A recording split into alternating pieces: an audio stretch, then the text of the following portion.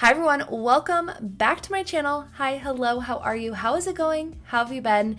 In today's video, I'm going to walk you through all of the ins and outs of getting Papersign set up so you can automate your client onboarding even further with a general operating agreement and collecting those signatures along the way. So this process is really going to be a truly automated procedure to collect contract signatures. So the idea here is that you never have to do contracts again.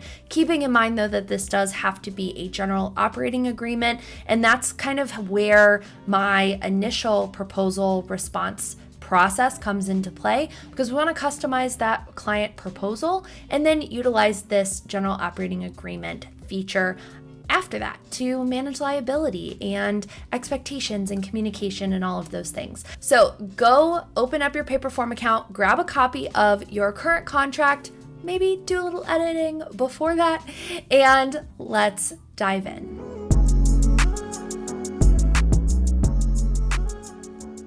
Okay, so to kick things off, what we want to do is start a new Papersign document. So have your contract open.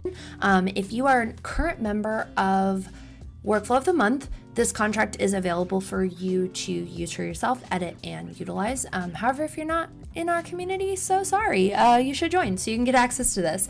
So I'm going to have that open. I'm also going to open up our project approval proposal form, project proposal approval form, yes, because we are going to then add in the contract from there. And actually, before we do, let me walk you through the steps that we're going to take to create this Papersign for client onboarding. So step one, we're going to create the Papersign document. So have it open your contract. The second, we're going to customize that for new signees. We're going to ship that over to ourselves for completion, so that way we can continually use the document. Then we're going to add in custom fields into our proposal agreement form that will automatically automatically ship the contract to the person signing it. However, also understanding that if someone declines the proposal, they obviously don't get that contract. So I'm going to show you how to do that as well. Then from there, we are going to send a test, ship it, show you, and then you are ready to use it as we go. So of course, if you have any questions, comments, let me know down below, and I'm happy to help you troubleshoot. All right, so you will see that I have several documents already starting. And so what we're going to do is click new document. And one thing that I want to walk through is that on the free plan of Papersign, you only get 3 documents a month on the free plan. And so creating this kind of template that I'm showing you, that's going to automatically use one of those. So definitely take advantage of the 50% off Papersign right now. This is not an affiliate. I'm just showing you guys how to use Papersign. So with that, they have that discount just open and available on the website. If you already have a Paperform account, you can upgrade your billing in there, or just go to paperform.com or .co, and then, create your Papersign account from there. And also too, I will link above that if you want to use Paperform for client proposal approvals, you are very much able to follow my process in a previous video that I've done. So how to start a document. So there's a few different ways we can do this. The first is obviously creating a brand new Papersign. You can copy an existing one and edit it, or like DocuSign also had that ability, you can also upload that PDF as well, but just understanding you can't edit the text. The other thing that I want to share here is that once we ship this document, for us to complete it initially, you cannot go back and edit any document that has already been completed. So this is a great opportunity for you to do a quick little audit of your contract, edit it, see what works, see what doesn't. Maybe you have language in there that has nothing to do with your current offers or services. So keep that in mind as you're going through this. This is a great, perfect time to edit. Additionally, with that, your contract. So walking through just as a refresher, Your contract should be a general operating agreement. So the whole way that this is going to be successful is that you are treating this as a general operating agreement and not a custom contract that you are shipping every single time, or rather editing and then shipping every time.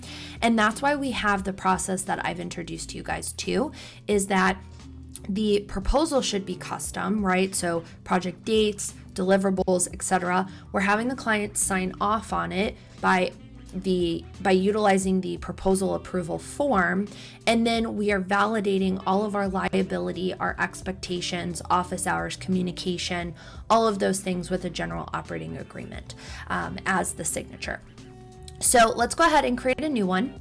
Now, the first thing what we want to do is obviously name it 2023 systems contract, and I'm going to go ahead and add new at the end so I know which template we are utilizing.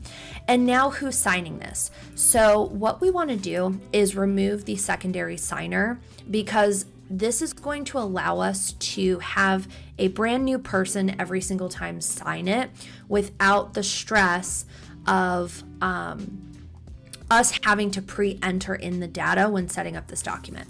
So, okay, so now we want to do the settings. So just to go over these, so I don't really think we need to have signers verify their email address before viewing the document. Only people that sign the proposal approval form will even get this document. And so you don't need to worry about people who shouldn't be signing this getting access to it. I do, however, think that the following toggles should be on. So the first is, if you are working with a company that your point of contact does not have the ability to sign this document, this allows them to ship it off and send it to who can. So just a previous example, like when I worked at the nonprofit I did, our finance director was the only one that was allowed to sign contracts. And so if I got access to a contract, but that person needed to sign it, I need the ability to ship it. Additionally, let's include authenticity at the end of the finalized document so we know it is good, it's valid, it's ready to go. And then last thing is requiring consent for electronic data. This is really, really important, understanding, spam and different things, that people do understand that their signature, whether it is a typed signature font or they're kind of drawing a squiggly, and also adding in their data, that, they understand the liability that comes with that. So let's go ahead and click create. It's going to create it. And now we have a blank document that we can start. So for purpose of this video, I'm only going to pull a few things from my current contract. But if you are, like I mentioned originally, an active member of Workflow of the Month, you have access to this whole contract to copy and edit for yourself. Let's go ahead and add these in here. Maybe we want this to be a heading.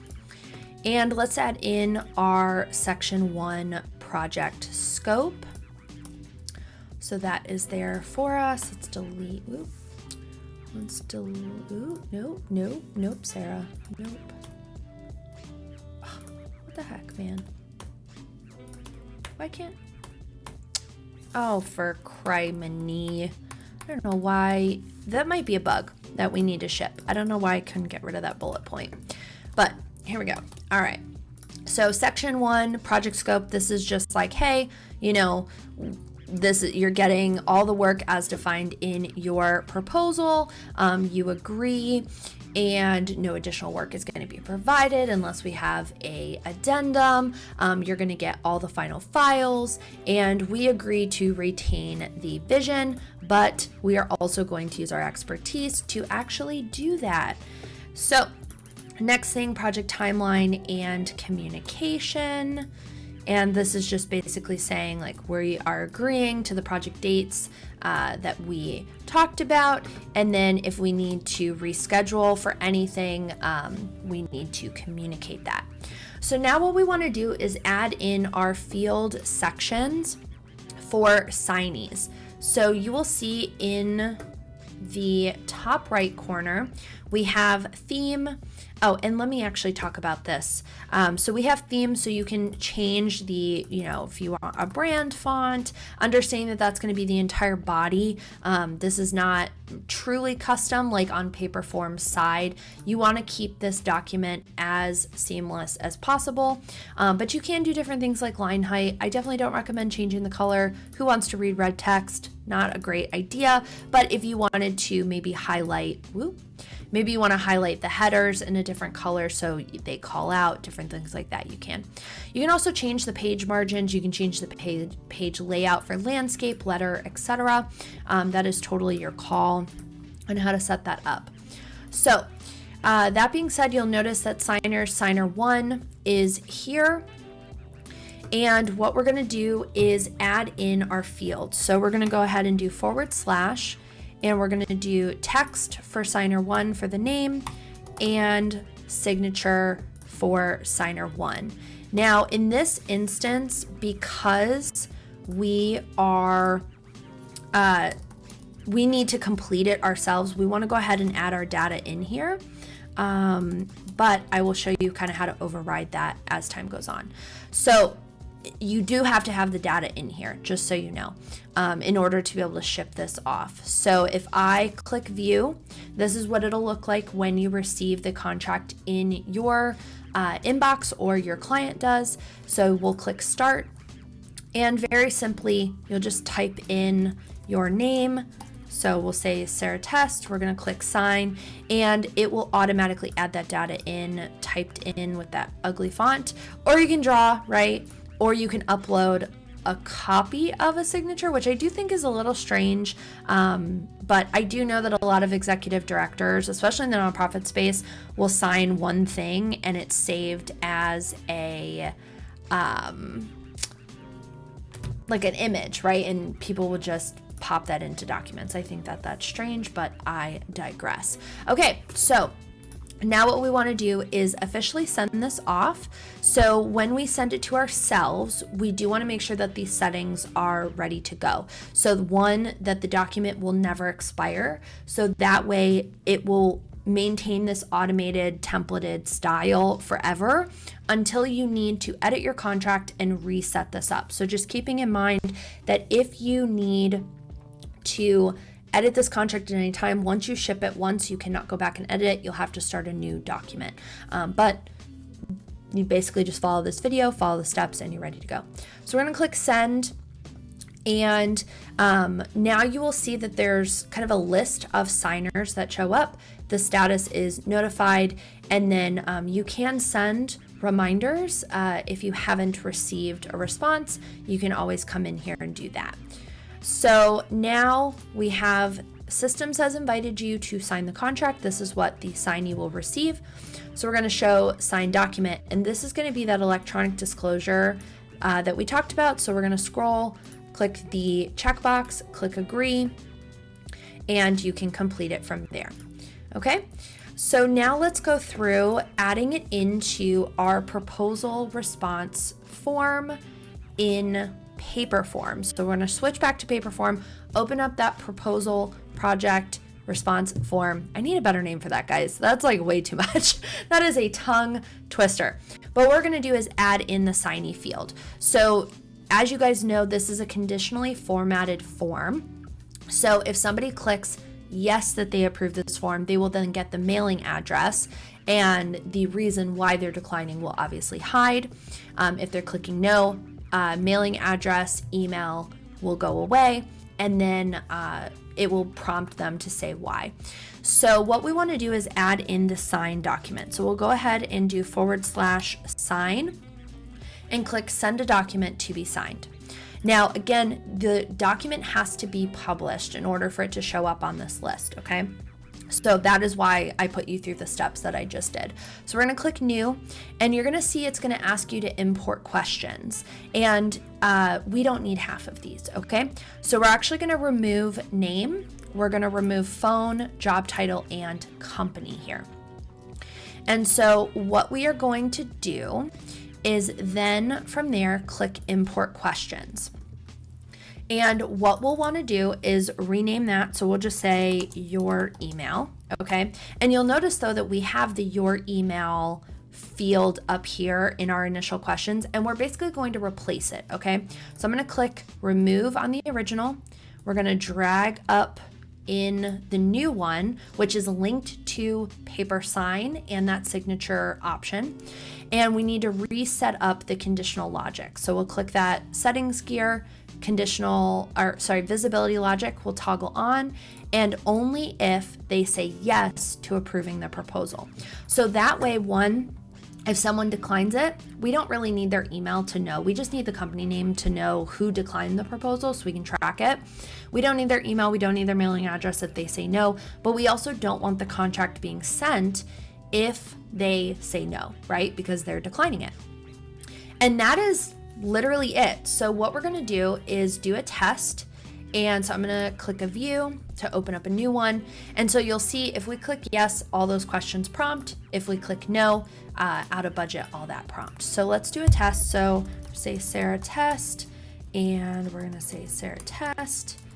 And let's put in this email and our mailing address. I'm just going to put Austin, and we're going to click submit.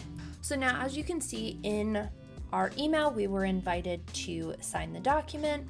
We're going to go ahead and obviously agree to that and complete it. And I want to show you guys what it looks like. So sure, we'll just say Sarah. And we will select finish. Now, if the client does not already have a Paperform account, it is obviously going to prompt you to create one. And that is so you can also see the documents that was created. So we'll go ahead and click continue, and all of that is here. But you will receive a copy that says, congratulations, you've completed this. So the client will receive this where they can download the doc and have a copy, and it is hard IP address, consented time, all of that data for signature certificate is viewable. And that is it. It's that simple to get it set up, automated, and like I mentioned, every time now that you ship the client proposal form, you will automatically have that contract connected. Thanks for watching this mini workshop. If you have any questions, comments, concerns, need some trouble supporting help, leave a comment down below or shoot me a DM, and I will see you in my next video.